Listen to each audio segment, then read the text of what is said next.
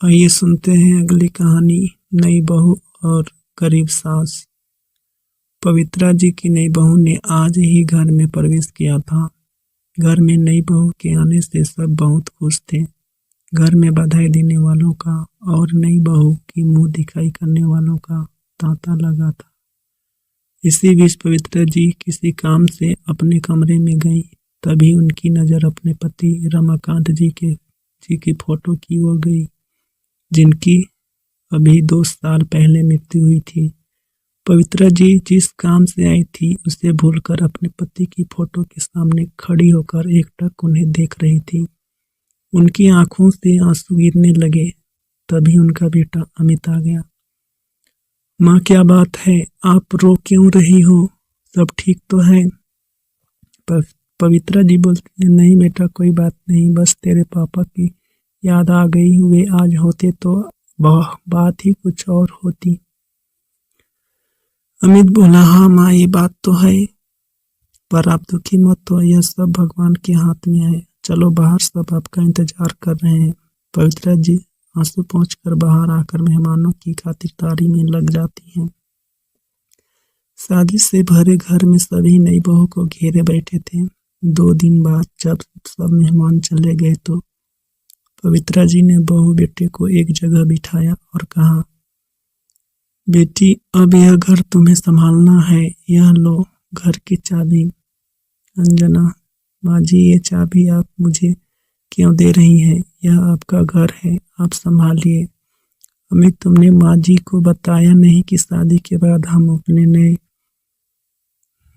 Flat में रहेंगे?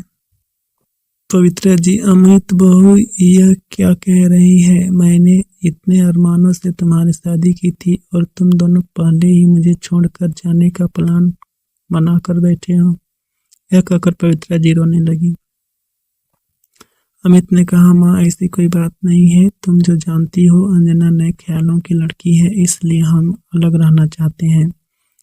यहाँ यह एडजस्ट नहीं हो पाएगी। हम आपसे कभी कभी मिलने आया करेंगे और आप चाहो तो कुछ दिन के लिए हमारे साथ रहने आ सकती हो। यह सुनकर पवित्रा जी को बहुत झटका लगा।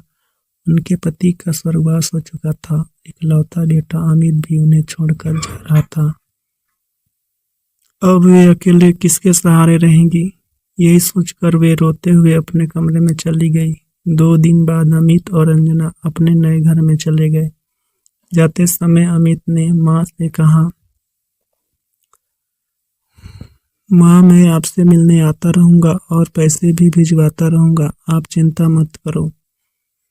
पवित्रा जी बोलती हैं, उसकी तुम चिंता मत करो। तेरे पापा इतना कुछ छोड़ कर गए हैं कि मैं जीवन भर सुख से रह सकती हूँ।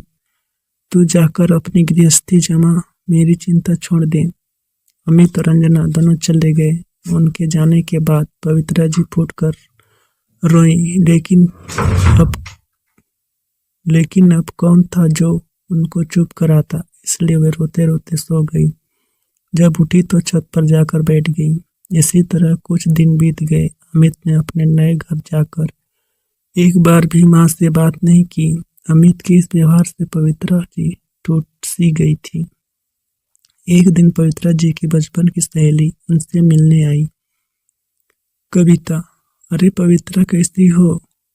अमित की शादी पर तो मैं आ न सकी, सोचा आज जाकर बहू की मुंह दिखाई कराती हूँ। बहू कहाँ है? पवित्रा जी बोलती हैं, कविता, वे दोनों ये घर छोड़कर चले गए। बहू मेरे साथ नहीं रहना चाहती है। यह सुनकर कविता को बहुत गुस्सा आया। उसने कहा, तो चिंता मत कर, मैं हूँ न तेरे साथ। सुन, इस घर को पेइंग गेस्ट बना देते हैं। पास ही कॉलेज है, उसके बच्चे यहाँ आकर रहेंगे। उससे तुझे इनकम भी हो जाएगी और तेरा मन भी लगा रहेगा। पवित्रा जी बोलती हैं, लेकिन यह सब कैसे होगा? मुझे तो कुछ नहीं आता। कविता बोलती है, मैं काफ़ी दिनों से यही काम कर रही हूँ, तो चिंता मत, मैं सब इंतजाम कर दूंगी। कुछ ही दिन में कविता ने सारा इंतजाम कर दिया।